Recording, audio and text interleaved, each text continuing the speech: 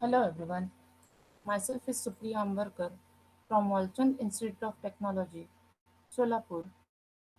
Today we are going to discuss a topic on Suzuki Kazami's broadcast algorithm. The learning outcome.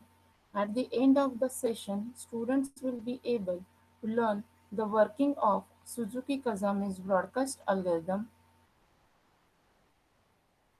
It is one of the token-based algorithm. So in the token-based algorithm, a unique token is shared or circulates among all the sites. So a site is allowed to enter its critical section if it possesses the token. Otherwise, it doesn't have any kind of a right to enter into the critical section. So this is a token-based algorithm which uses the sequence numbers instead of timestamp. So here we want to use the sequence number. It doesn't want to use the timestamp. So it is used to distinguish between the old and current request. So which request is the old request? So that sequence number we are able to suppose to find out, and which is the current request, which is a new request, which is a live request. So we are able to suppose to find out with the help of this sequence numbers. So Suzuki Kazami's broadcast algorithm, it aims are as follows: to achieve the mutual exclusion by accessing the critical section, to overcome the disadvantage of Ricard Agrawala's mutual exclusion algorithm. So this algorithm is attempting to enter into the critical section, which doesn't have any token.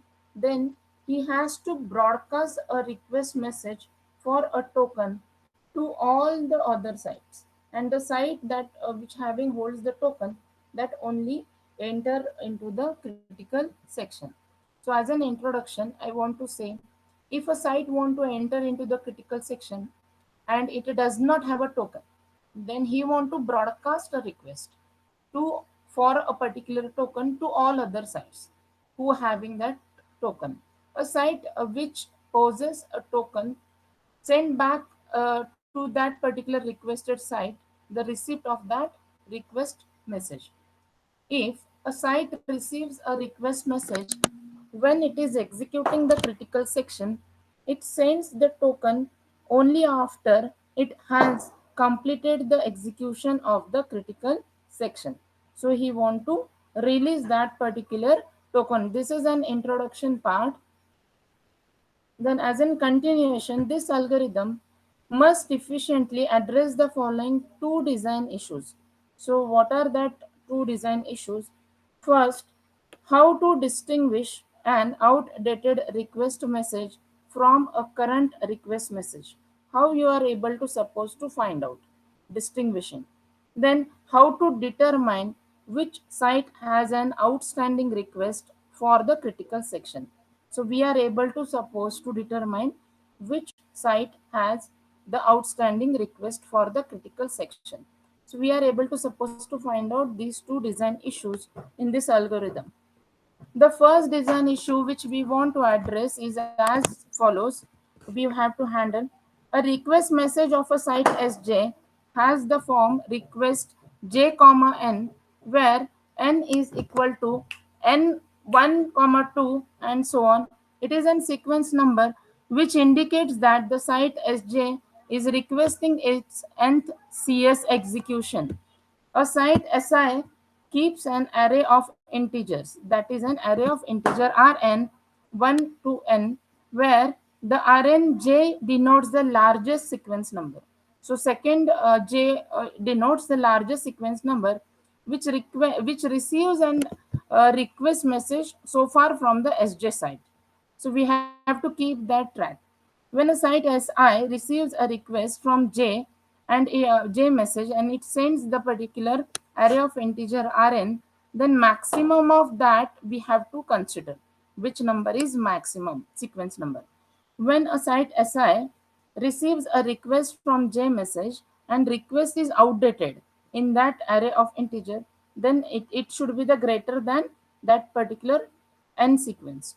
So this is the first issue we want to address.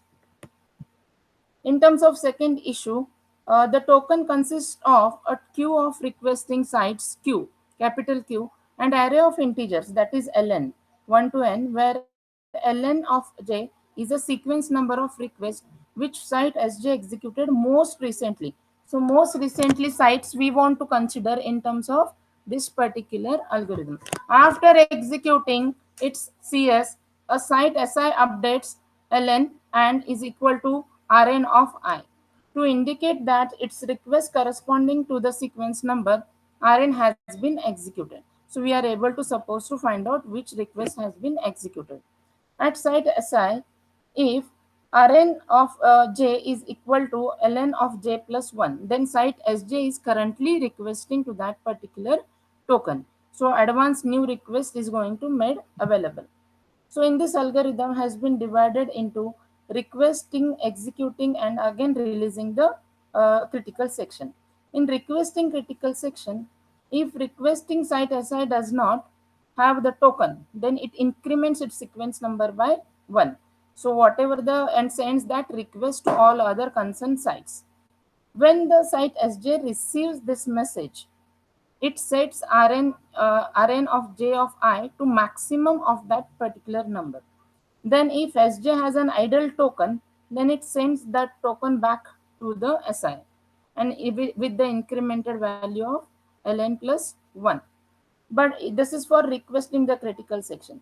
In terms of the execution, the site SI executes the critical section after it has received the token. So after receiving only, they have to execute the critical section. Then in terms of releasing the critical section, having finished the execution of the critical section, the site SI takes the following actions.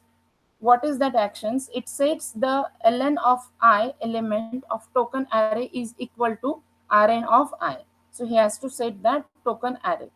Where for every site Sj whose ID is not in the token queue, it appends its ID to the token queue by plus 1. And if the token queue is non-empty after the above update, SI delete that top side ID from the token queue and send that token site to indicated by that ID. Now pause the video and write down your answer. In Suzuki Kazmi's algorithm, if a site attempting to enter into the critical section does not have a particular token, then it broadcasts a request message to all and then token to all other site. Is it true or false? So this statement is true. In a Suzuki Kazmi's algorithm, if site attempting to enter into the critical section and which does not have a token, then it broadcasts a request message for the token and to other sites. This statement is true.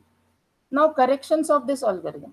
Mutual exclusion is guaranteed because there is only one token in the system and site hold the token during the critical section execution.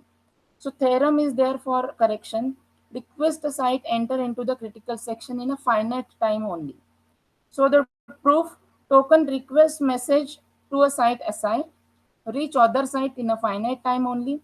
Since one of the sites will have a token in a finite time, the SI request will be placed in the token queue in a finite time, and there can be the most n minus 1 request in front of this request in the token queue. Site SI will get the token and execute the critical section in a finite time only. The performance of this algorithm, the beauty of this Suzuki Kazmi's algorithm lies in its simplicity and efficiency. The algorithm requires 0 to n messages per critical section invocation. The synchronization delay in this algorithm is 0 or t. No message is needed and the synchronization delay is 0 if a site holds the idle token at the time of its request. So these are the references which I have referred for this particular topic. Thank you one and all. Thank you.